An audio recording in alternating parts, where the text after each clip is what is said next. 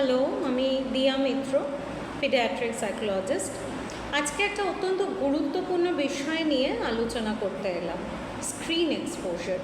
বর্তমানের বাচ্চাদের সবথেকে বড় সমস্যার জায়গা হয়তো তাদের mobile addiction, screen addiction, television addiction. এই অ্যাডিকশন এমন মাত্রায় চলে গেছে যেখানে বাচ্চারা ফোন ছাড়া খাবে না, ঘন্টার পর ঘন্টা তারা ফোন দেখে যাচ্ছে, ইউটিউবের এমন সব ভিডিওসগুলো দেখে যাচ্ছে যেগুলো হয়তো তাদের চেতন অবচেতন মনে অনেকটা ক্ষতি করে যাচ্ছে। কিন্তু কোনোভাবেই এই বাচ্চাদের এই ফোন দেখা এবং টিভি দেখা থেকে বিরত করা যাচ্ছে না। তারা এতটাই ট্যান্ট্রাম থ্রো করছে, এতটাই ভায়োলেন্ট হয়ে যাচ্ছে, যেখানে প্যারেন্টস বা কেয়ার গিভাররা হয়তো কোথাও গিয়ে বাধ্য হচ্ছেন এই ফোন বা টিভি দিতে। কিন্তু এগুলোর কতগুলো এমন বিষয় রয়েছে, এমন দিক রয়েছে যেটা অত্যন্ত নেগেটিভ।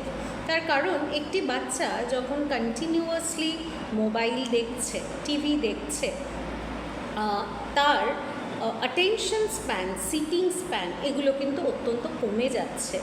সে যখন পড়তে বসছে তখন তার কাছে যেই স্ট্যাটিক ফেনোমেনা, মানে আমাদের পড়ার বইয়ের যে লেখা, সেই জায়গাটা অত্যন্ত ডাল লাগছে, বোরিং লাগছে। সে কনসেন্ট্রেট করতে পারছে না, কোনো একটা কাজ ফিনিশ করতে পারছে না। তার মাথার মধ্যে কন্টিনিউয়াসলি চলছে যেটা আমার গেমটা খেলতে হবে, আমি যেটা দেখছিলাম সেটা দেখতে হবে, কার্টুনটা দেখা শেষ করতে হবে। তো এইভাবে করতে করতে আস্তে আস্তে কিন্তু বাচ্চাদের মধ্যে বিভিন্ন ধরনের সমস্যা তৈরি হচ্ছে, যার মধ্যে অত্যন্ত উল্লেখযোগ্য virtual autism, communication related issue, inadequate speech development এবং other social problem, social behavioural issues. এই প্রবলেমের সমাধানের জায়গাটা কি? এই প্রবলেমের সমাধান করতে গেলে কিন্তু আমাদের সবাইকে কমিউনিটি লেভেল থেকে মুভ করতে হবে। ইনডোর গেমের পরিবর্তে আউটডোর গেমের সোর্সেস বাড়াতে হবে, একটা ডেলি রুটিন করে নিতে হবে, বাচ্চাদেরকে টিভি এবং ফোনের অল্টারনেটিভ দিতে হবে। সেটা different types of extra curricular activities হতে পারে, different types of art and craft activity হতে পারে, ডান্স, ড্রামা, এই ধরনের যে কোনো সোশ্যাল মুভমেন্ট হতে পারে, সোশ্যাল অ্যাক্টিভিটি হতে পারে, যেখানে বাচ্চারা পার্টিসিপেট করবে। যেই ধরনের সামার ক্যাম্প হয়, এই ধরনের প্রবণতা তখন আরও বেড়ে যায় যখন এক্সামের পর বা সামার ভ্যাকেশনের সময় বাচ্চাদের হাতে প্রচুর সময় থাকছে, যেই সময় তারা স্কুলে যেত সেই সময়টা কি করবে। অনেক ক্ষেত্রেই দেখা যাচ্ছে বোথ প্যারেন্ট ওয়ার্কিং, তারা বেরিয়ে যাচ্ছেন, কেয়ার গিভারের কাছে বাচ্চা থাকছে বা গ্র্যান্ড প্যারেন্টের কাছে বাচ্চা থাকছে, বাচ্চাদের ট্যান্ট্রামের কাছে তারা বাধ্য হচ্ছে দিতে। কিন্তু এবার যদি বাচ্চাদেরকে একটা অল্টারনেটিভ রুটিন প্রোভাইড করা যায়, যেখানে তাদের different types of activities exposure দেওয়া হবে, যেখানে তাদের একটা ফান ক্লাব সর্ট অফ তৈরি করা যায়, যেখানে প্যারেন্টসরা পার্টিসিপেট করছে, বিভিন্ন বাচ্চারা পার্টিসিপেট করছে কমিউনিটির মধ্যে থেকে, স্কুলের টিচাররাও এটা উদ্যোগ নিয়ে বানাতে পারেন। সেখানে স্টোরি রিডিং ক্লাস হতে পারে, ড্রামা ক্লাস হতে পারে, different type of cultural activities হতে পারে, বিভিন্ন ধরনের অ্যাক্টিভিটিস যেগুলো খুব ছোট ছোট জিনিস নিয়ে, ম্যানিপুলেটস নিয়ে তৈরি হয়।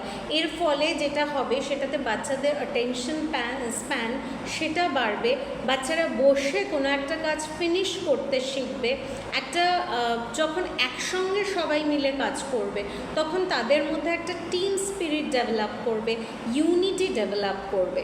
তো এইভাবে যদি আমরা আগে থেকে পুরো একটা শিডিউল প্রিপেয়ার করে রাখি, একটা রুটিন প্রিপেয়ার করে রাখি, যে বাচ্চারা কোন কাজটার পর কোনটা করবে, তারপর কোনটা করবে, তারপর কোনটা করবে, এইভাবে যদি করা থাকে তাহলে আমাদের বাচ্চাদের কিন্তু এটা বলতে হয় না যে তুমি এটা করো না, ওটা করো না, এটায় হাত দিও না। রাদার আমরা তাদের বলতে পারি তুমি এখন এই কাজটা করো, এই কাজটা ফিনিশ হলে আমরা আরেকটা কাজ করব, তারপরে আমরা এটা করব। তোমার খেলার সময়ও যেরকম থাকবে, তোমার অ্যাক্টিভিটি শিডিউলও থাকবে।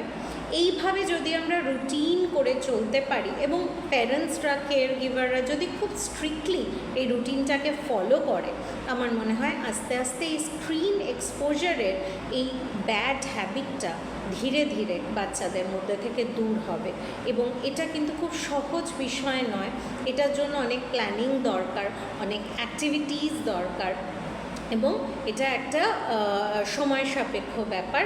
এটার জন্য কিন্তু কমিউনিটি লেভেলে প্রত্যেক parents, care giver, teachers, professionals, এদের সবাইকে একসঙ্গে বসে একটা প্ল্যানিং করে তারপর এগোতে হবে। প্রথম দিকে হয়তো বাধার সম্মুখীন হতে হবে, খুব ডিফিকাল্ট হবে।